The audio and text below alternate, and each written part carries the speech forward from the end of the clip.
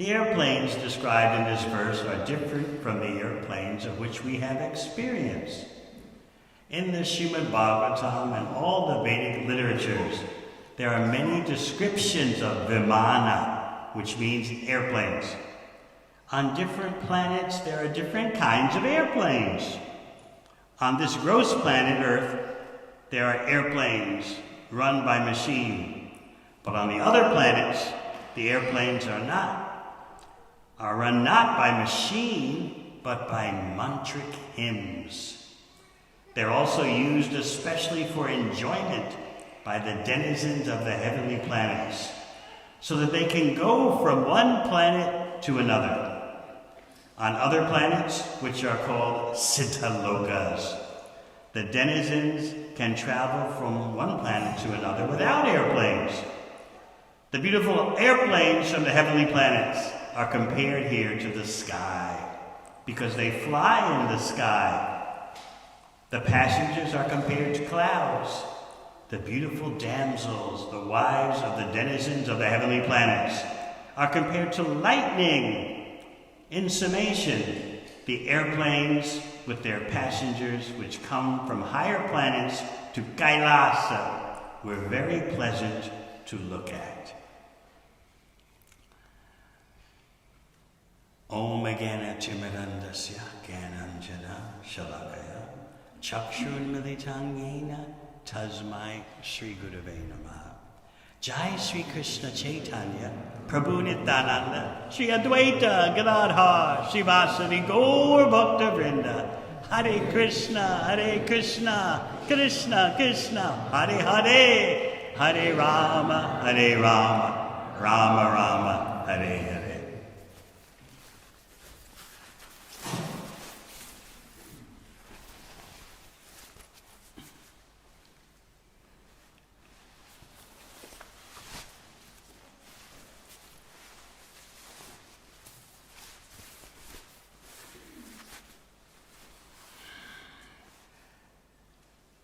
Why should you be interested in descriptions of airplanes from different planets? The Bhagavatam is all informative. And as we often explain to you, the Acharyas point out that every syllable of Srimad Bhagavatam is saturated with Krishna prema. But to realize that, you have to grow into the transcendental experience. We are hearing Srimad Bhagavatam on the authority of Sri Chaitanya Mahaprabhu, who instructed that before you are liberated, read Srimad Bhagavatam, and after you are liberated, go on. Hearing, reading Srimad Bhagavatam. So it is our eternal companion, because it is the presence of the Supreme Personality of Godhead. Everyone wants to see God, not everyone, but any civilized human being. But we see through the ears, and that's something that may take you a while to grasp. Due to the prevalence of lusty sights, lusty images, lusty graphics, people are so addicted to their eyes as the source of verification of everything. But the eyes are just one sense out of 5 that you have. Why do you consider seeing to be all important and hearing to be not so important? As we've often pointed out, unless you've been educated through the ear, you won't know what you're looking at, even if that object of vision is right before your eyes. The mystery of Shabda, transcendental sound vibration, is difficult to grasp unless we lead a purified lifestyle. So you may wonder why it is that devotees lose touch with chanting Hare Krishna why it is they lose touch with hearing and reading Srimad Bhagavatam? It is due to inattentiveness. Just like in any relationship, if you don't give it quality time, it will fracture. It'll wear down and break apart. People who want to stay in a relationship are very conscious of the fact they need to put in the time to listen, to empathize, to try and understand, even though it may be difficult or even though it may take a while. Still, they're committed. Everyone likes to talk about a committed relationship. The most committed relationship is with Srimad Bhagavatam and the Hare Krishna mantra. So we always have to be careful not to allow ourselves to become dried out. Don't get caught in a spiritual drought. But then again, we have to be practical and realistic about the nature of material existence. It is a drought.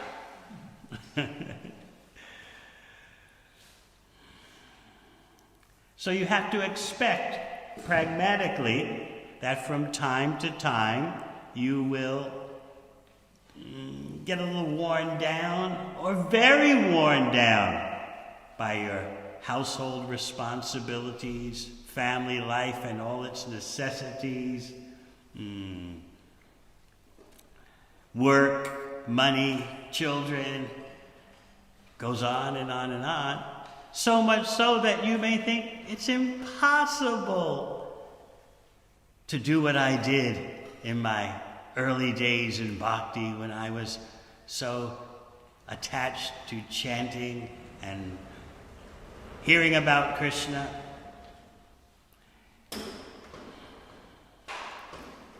Everything is possible with some intelligence and dedicated application. We should not allow ourselves to be defeated, so much so that we think, oh, what's the use? Bhakti is about commitment, and we've committed ourselves to the process of becoming attached to Krishna. So if things get a bit worn down, if spiritual life becomes lost in the fog, then we have to know how to replenish ourselves, how to rejuvenate ourselves. A mature devotee should know that there, as Bhaktivinoda Thakur said, that there's nothing more to be had in all the planetary systems than chanting Hare Krishna. But how will we ever come to that experience if we don't become steady in our chanting, desire to become steady? So gradually, if we become corroded and worn down, we lose our sensitivity to Srimad Bhagavatam and the Hare Krishna mantra. The material circumstances that we all struggle with just grind us into powder and just leave us empty, like the husk of a rice kernel. It's just the empty shell, there's no rice inside. We feel like that. The solution is very simple. Get back to the basics. Be dedicated to the fundamentals, and then you'll see, after some time, that your spiritual life reignites. We shouldn't let it run down in the first place, but there is a way back to sanity. There is a way back to the spiritual platform. And there has to be some determination. Just like when there are couples who are determined to stay together, they find a way. And of course, if they're looking for an excuse to separate, there's so many excuses, so easy to find. In the same way with our sadhana, if we're looking for excuses, why not? Why can't we? It's impossible. You'll find heaps of them, as I often explain. So I'm just looking at these verses about Mount Kailash, the abode of Lord Shiva within the material world. So you could be hearing this and thinking, well, I'm not curious about these things anymore. I accept that there's a lot in Srimad Bhagavatam that is beyond the range of my senses.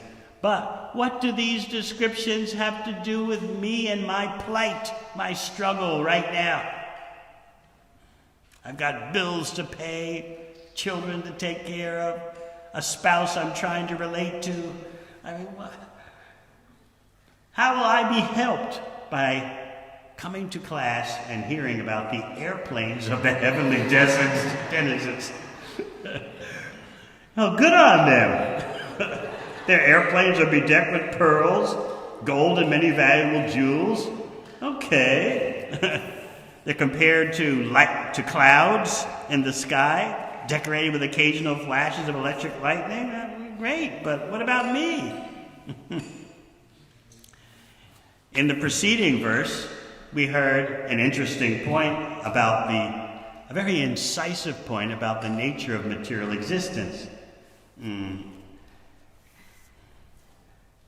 Spoken to Vidura, the celestial damsels come down to those rivers in their airplanes with their husbands, and after sexual enjoyment, they enter the water and enjoy sprinkling their husbands with water. So, yeah, okay, yeah, I can relate to that. He's just part of life, We shouldn't be we shouldn't be fanatical. But the Bhagavatam wants to educate you fully. First of all, the enjoyments of the heavenly planets have no comparison to what we try to enjoy on the earth planet. The enjoyment of the heavenly planets is thousands of times better.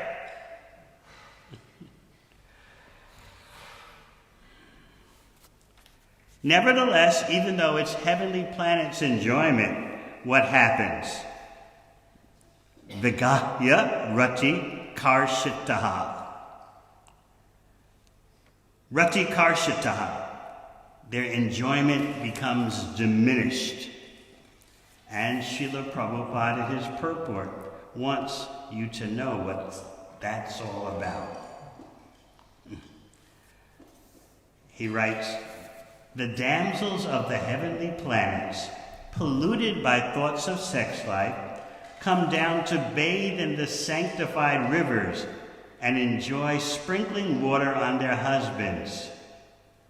So you might say, well, okay, they're married, what do you expect, At least they're married. And hey, they've got a super holiday spot. Bathing in sanctified rivers, sprinkling one another with water. Today's verse we read that after they bathe in the water, because of the kumkum on their bodies, the water becomes yellowish and fragrant, so much so that the elephants then come there with their wives. And they drink the water, even though they're not thirsty. The water is so attractive due to the kumkum from the bodies of the demigods. So, it all sounds great. Everything seems to be quite all right, but Srila Prabhupada wants us to become free from material existence. And do we want to become free from material existence? Well, maybe not right away, but But we get some information here. 2 words are very significant in this connection. Ratikarshitaha means that the damsels become morose after sex enjoyment. Although they accept sex enjoyment as a bodily demand, afterwards they are not happy. So you might be saying, well, wait a minute. They've got their heavenly planet holiday spot. Enjoyment 1,000 times more than what's on the Earth planet. They've got it made. But they're not happy after their indulgences. This makes you think about the nature of material happiness. Whether it's on the Earth planet, which is the middle planetary system, or the lower planets, or the heavenly planets. This is why Krishna says in Bhagavad Gita, Brahma Bhuvanaloka Punarvatuna Arjuna. From the highest planet of Lord Brahma down to the lowest planet, all are places of misery, of repeated birth and death. But try to understand how desperate we are because of living in Kali Yuga. We're thinking, well, even though they're morose afterwards, they were happy for a while, so isn't that good enough? Our standards for happiness in Kali Yuga have become so low. We just are so desperate for a few scraps of so-called happiness. So we need information so that the intelligent person can sort herself out. Wait a minute. What am I trying to be when even the demigods are not happy through their sense activities? What do I think I'm going to get on the Earth planet? But then what do you do if you're not trying to be materially happy? At least sometimes. What do you do? So this is how Srimad Bhagavatam purifies us. It gives us all these descriptions and then points out to you, you have better things to do. So this tour you're getting of Kailasa, it is Lord Shiva's outpost in the material world. We explained this last week to those who were online. I think you saw it if you were here last Sunday. You saw that Lord Shiva has an abode in the material world. It's a very mystical place, Mount Kailas, and it's near Kuvera's planet, the treasure of the Devatas. Where exactly it is, sometimes it's said that you can't see Kailas from Kuvera's abode, even though it's close by. And Kuvera is very close in dealings with Lord Shiva.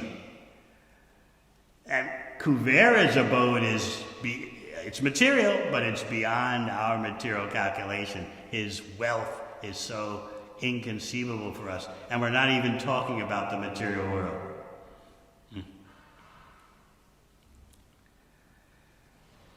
So we explained last week that Lord Shiva has his fully manifest abode, meaning his abode where his glories and opulences are fully manifest. That is outside the material world, outside the 7 coverings of the universe, is Shivaloka. And Shivaloka is in between the material world and Vaikuntha, the spiritual world. And in Shivaloka, Lord Shiva displays his full opulences. And there he is always worshiping his Ishtadev, his worshipable deity, Sankarshan. And if you go there to Shivaloka, you'll find Lord Shiva always making kirtan and chanting the glories of his worshipful deity, Sankarshan. There's a difference, of course, between Lord Shiva and Krishna. At the same time, they're so close that in the Padma Purana it is stated that that's one of the 10 offenses to chanting Hare Krishna is to consider Lord Shiva to be completely different from Krishna. But if you're a Shaivite, if you're a follower of Lord Shiva, you can't go to Shivaloka because you don't understand Lord Shiva. You don't understand Lord Shiva as the devotee of the Supreme Personality of Godhead.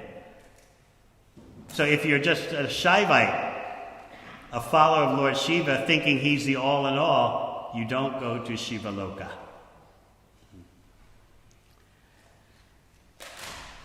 Now Shivaloka is in between, so it's not quite Vaikuntha. But somehow or other, Lord Shiva keeps all his followers on Shivaloka attached to the Supreme Personality of Godhead.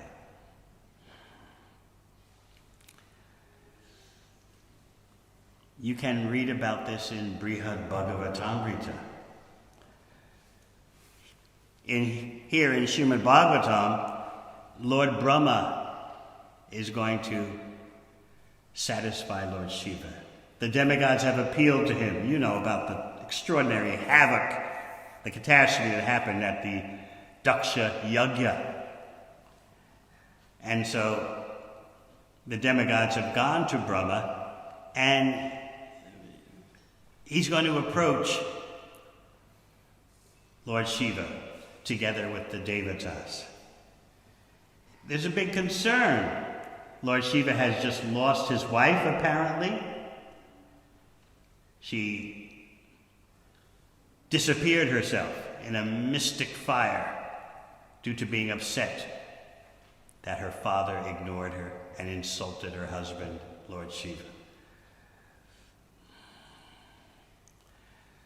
So that's one problem. The other problem is all the insults that Daksha and his crew heaped upon Lord Shiva. So Brahma is quite concerned that, are we going to be able to pull this off?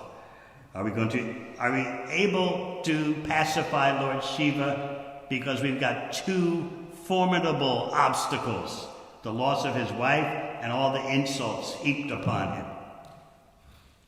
So you'll find out as Lord Brahma comes to Mount Kailas and he sees Lord Shiva, Brahma is smiling as he approaches Lord Shiva. Why is he smiling? It's a front. He's afraid. I don't know if we can do this. I don't know if this is going to be successful. So sometimes if you wonder, where does the behavior of you're saying one thing, but you're thinking another, where does it come from?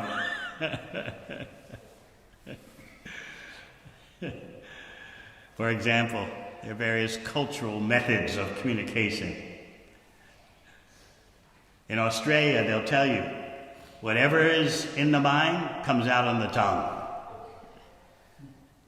Is it that way in India?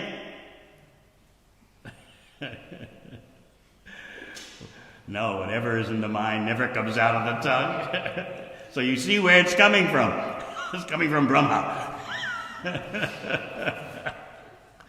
So he's approaching Shiva smiling. But inside, he's afraid. I don't know if this is going to work. We're up against some mighty obstacles.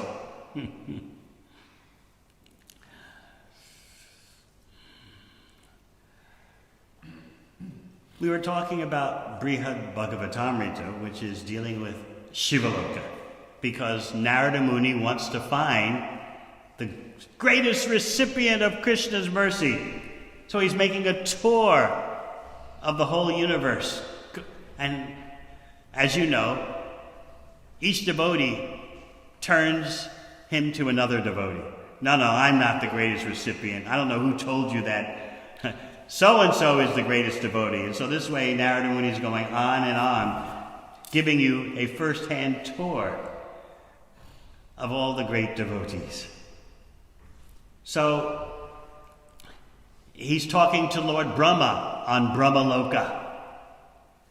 And Lord Brahma's diffusing all the praise. No, it's not me. Each devotee presents himself in a faulty way. How could you say, I'm the greatest recipient of Krishna's mercy? Look what's happened to me. Look what I've been through. Look at my record. Each devotee is always considering, I've got faults. Don't you see it? Don't you see those faults? You should talk to so-and-so. That is the real devotee.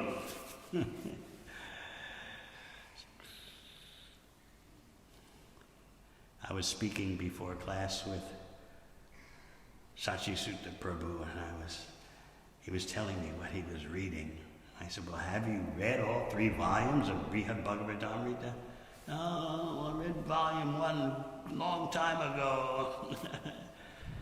Now, older devotees should definitely be aware of these great classics. Prabhupada mentions in Chaitanya Charitamrita, he mentions Brihad Bhagavatamrita, how it is essential reading. So, there is Narada Muni praising Lord Brahma. And Lord Brahma tells him, no. Within this material world, there is no one greater than Mahadev Shiva. But there's a catch to that, which Sanatana Goswami explains in his commentary. When Lord Brahma says within this material world, he is automatically excluding bhaktas like Prahlad, etc. Why? Because they're not in the material world. Due to the strength of their bhakti, they are not considered to be residents of the material world, even though they appear in the material world. So, Brahma says, therefore, within the material world, you won't find anyone who has more mercy from Krishna than Lord Shiva. How can you, he tells Narada Muni, consider me, Brahma, to be the greatest recipient? Look what happened after I gave the benedictions to Hiranyakashipu. Lord Nrsingadev reprimanded me. He said, don't give any more benedictions like that. But he didn't reprimand Lord Shiva. Remember, Vrikasura? He wanted a benediction that anyone's head he touched would crack open. And as soon as he got the benediction, he wanted to use it on Lord Shiva. Lord Shiva gave him the benediction. And so Krishna had to save Lord Shiva by tricking the demon. Are you going to believe Lord Shiva? I mean, look at his lifestyle. Look how he conducts himself. How can you trust that kind of person? He says he gave you a benediction that anyone's head you touched would split open? Oh, really? He's such a dodgy character. There's only one way to know for sure. Touch your head and see what happens. I said, wait a minute, how could someone be so stupid? But Krishna is the best word juggler. That's one of the qualities of Krishna. He can speak languages of the birds. He can speak any kind of language. And he can convince anyone of anything. The gopis often complain about that. We listen to him. How can we not surrender to him? Look, his talk, he told us this, he told us that, and then he left us. So everyone knows Krishna is the best word juggler, the best speaker. This is why in Bhagavad Gita, Krishna has Arjuna declare it. Kaunteya pratijanihi name bhakta pranasati. Arjuna, you say it, that my devotee will never be vanquished. Because Krishna knows. He knows about himself. So, yes, he had that ability to get Vrikasura to touch his own head, and that was the end of Vrikasura.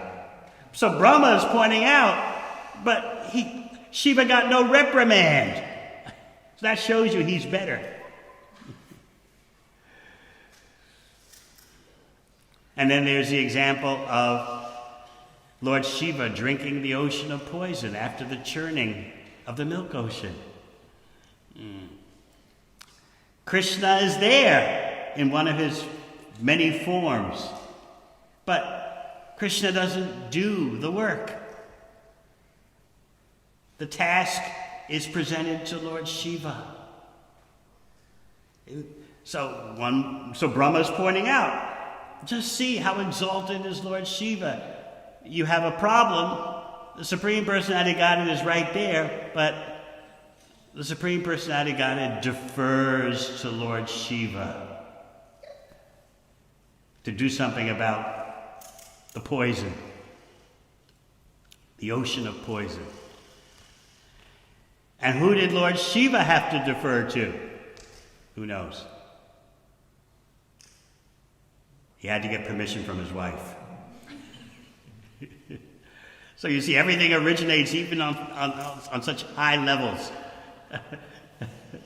Now, according to Srimad Bhagavatam, Gauri, Lord Shiva's wife, readily agreed. According to Sanatana Goswami in Brihad Bhagavatamrita, she had reservations. I don't want my husband drinking an ocean of poison. You can understand she would feel that way. But Lord Shiva drank it, and his throat turned blue and became famous for that. So Brahma's pointing this out. Look how great he is. The Supreme Personality of Godhead is right there and doesn't solve the problem. He lets Lord Shiva solve everything. So these are some of the reasons Lord Brahma is giving to Narada. And as Lord Brahma is talking, he sees Narada looking down from Brahmaloka at Mount Kailas. And Brahma, being omniscient, knows what Narada Muni is thinking. I gotta go there and find Lord Shiva. He's the greatest devotee. He's the greatest recipient of the Lord's mercy.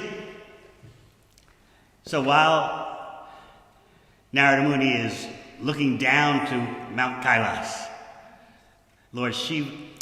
Lord Brahma turns his attention to Shivaloka. Actually, the glories of Mount Kailas are just a partial manifestation of the glories of Shivaloka. You want to go to Shivaloka. While Brahma is speaking to Narada Muni, he points out some very interesting aspects of Lord Shiva. He said, Lord Shiva, his body is smeared with ashes. He's often running around naked. He wears a garland, and you know what the garland is composed of? Skulls, intoxicating weed, and leaves. That's his garland. So Lord Brahma explains there's a reason why he does that. Actually, there are two reasons. First of all, he's showing inconceivably opulent demigods like Kuvera, Brahma, Indra, that you don't have anything on me. You may wear your celestial garlands and sit on your celestial thrones, but it's all temporary. And I'm wearing this garland of intoxicating weed, skulls and leaves to show you that the real treasure is at Krishna's lotus feet, not in your heavenly opulence, which will disappear in a moment. So Lord Brahma knows that. So this is why Lord Shiva dresses the way he does, or doesn't dress the way he does. It's putting Indra and me in our place, that we're just dealing with temporary opulence, temporary inconceivable wealth. The other reason Lord Shiva dresses like that is to attract a certain type of human beings. That's his mercy. Not simply human beings, but also ghosts and goblins and witches and all those types. Lord Shiva is merciful to them. They like that kind of stuff. Oh, smearing your body with ashes, running around with no clothes. In other words, being a hippie.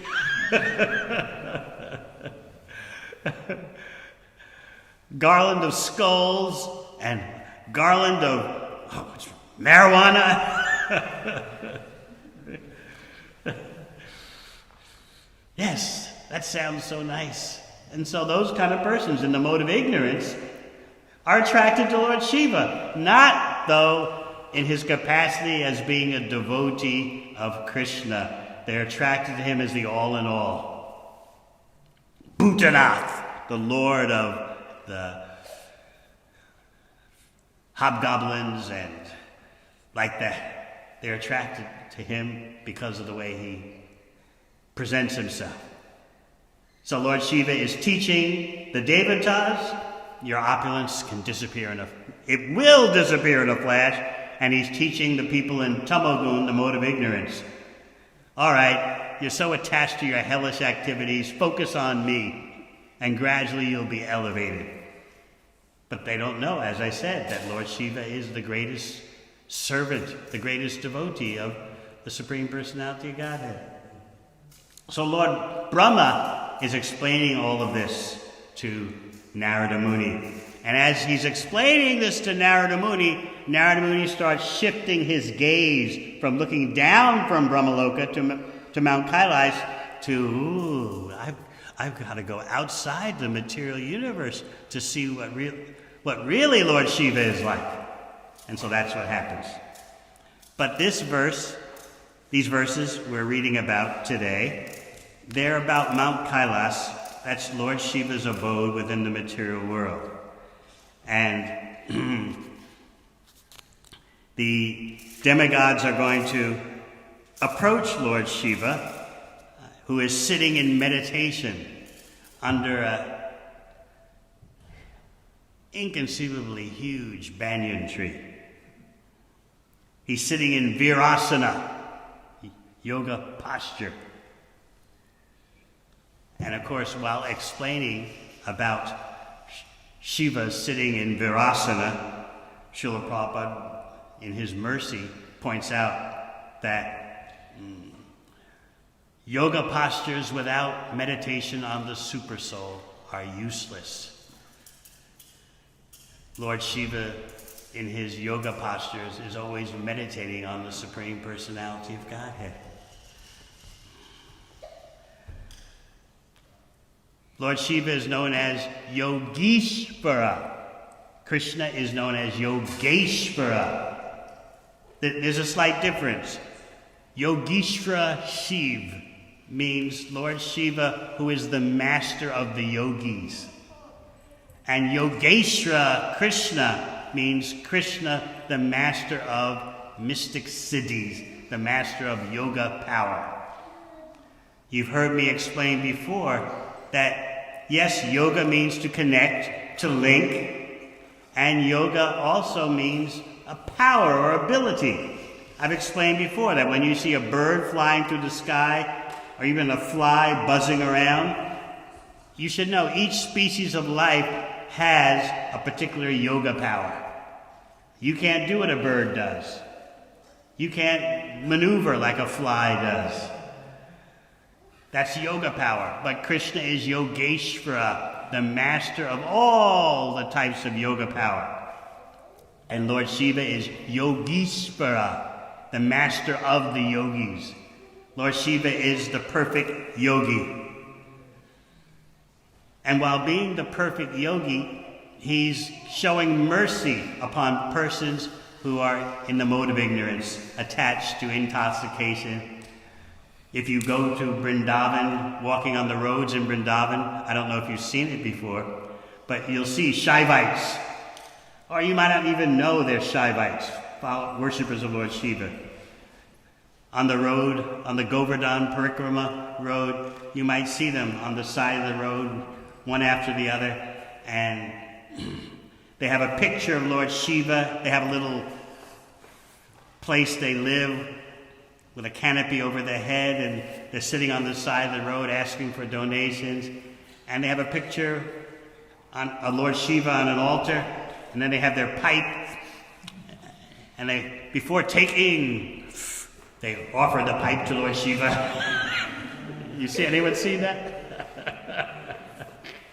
So Lord Shiva tries to show mercy on such characters. But that's not what Narada Muni is interested in. Narada Muni is interested in Lord Shiva and his capacity as the greatest devotee of the Supreme Lord. And as we mentioned, in Shivaloka, Lord Shiva is always worshiping his deity of Sankarshan. And when Narada Muni goes there to Shivaloka, and because Narada Muni can even go to Vaikuntha, so it's easy for him to go to Shivaloka, which is marginal. When he goes there, he finds Lord Shiva absorbed in kirtan for his deity. And his wife, Parvati, is playing the drum. No, she's clapping. And Lord Shiva is very happy because she's clapping so beautifully for the kirtan. Narada Muni comes upon this scene. And Narada Muni is always carrying his veena. So the kirtan is so wonderful, Narada Muni starts playing his veena to the kirtan. So in this way, Narada Muni enters Shivaloka and sees Lord Shiva absorbed in meditation on the Supreme Personality of Godhead. So we spoke about the nature of material happiness. The demigods have it all, thousands of times better than what's on earth. But they're not happy by their sensual indulgence. They're morose afterwards. And as we said, Prabhupada wants to mercifully enlighten us. Rati karshataha. He says these two words are very significant. They have it all, but they're morose after their indulgence. People wonder, you could be the richest person in the world. The founder, Acharya of Amazon.com. Billions. His wealth, you can't conceive of how much his wealth increases every 60 seconds. You can't conceive of it. Yet, he wasn't satisfied with his wife. He had an affair. He had to separate from his wife, divorce his wife, and that means, half his fortune is gone. But he didn't care. It's so much, It's like it's like saying, well, there was one day in the winter here in New Zealand where it didn't rain. So that's how this Amazon founder, Acharya, considers his wealth. Okay, I lost half, but it's nothing. Maybe a better comparison is to Vasudev Dutt, who wanted to liberate all the conditioned souls in the universe and made that presentation to Lord Chaitanya. Let me take all the sinful reactions of everyone in the universe upon me. Let them go back to Godhead. I will stay. And Lord Chaitanya told him, what's the big deal for Krishna to liberate everyone in one universe? Indeed, if a whole universe empties out of conditioned souls because they're all liberated, that's like one mustard seed in a big bag of mustard seeds disappearing. What's it to the Supreme Personality of Godhead? It's nothing. Why do you have to take this upon yourself? The amount of conditioned souls in one universe is so insignificant. So similarly, you can't calculate the wealth of some people in this world, hundreds of billions of dollars. So, okay, I had an affair, my wife dumped me, so what? I've got the new woman, and I've got half my wealth. Just half my wealth is incalculable, so big deal. But you would think, hey, mate, why can't you be satisfied? But guess what? the nature of material happiness is you cannot be satisfied. And that's what Prabhupada wants you to understand. Ratikarsitaha. Afterwards, you're not happy. There's the allure. There's the attraction. Just like you see on a summer night especially, there's a bright light bulb at night and all the insects are attracted. Automatically. That's just the way it works. So this purport is teaching us. They accept this indulgence as a bodily demand, but then afterwards you're not happy. You can't be happy in that way, whether you're the billionaire, multi-billionaire in this world or not. This is a hard lesson to be learned. How to deal with allurement. Oh, this is going to be nice. This will be fulfilling. This will give me relief. This will make me more balanced. And then the hard reality. I'm not happy by such activities. So even the demigods go through that.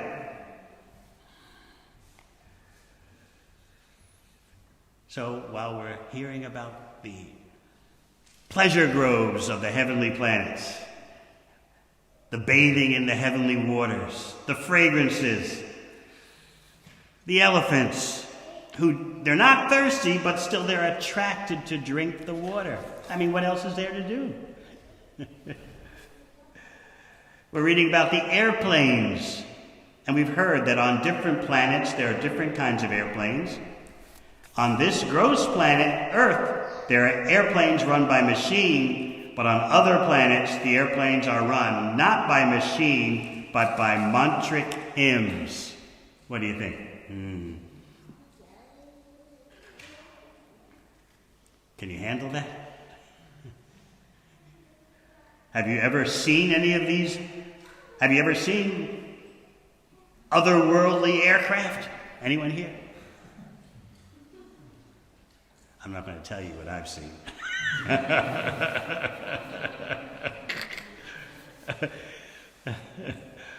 Looking out the window in Otahuhu one morning.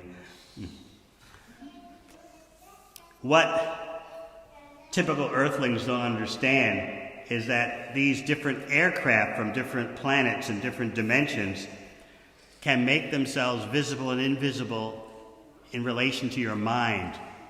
In other words, this is why some people see and some people don't see, because these craft are dealing with your sense perception.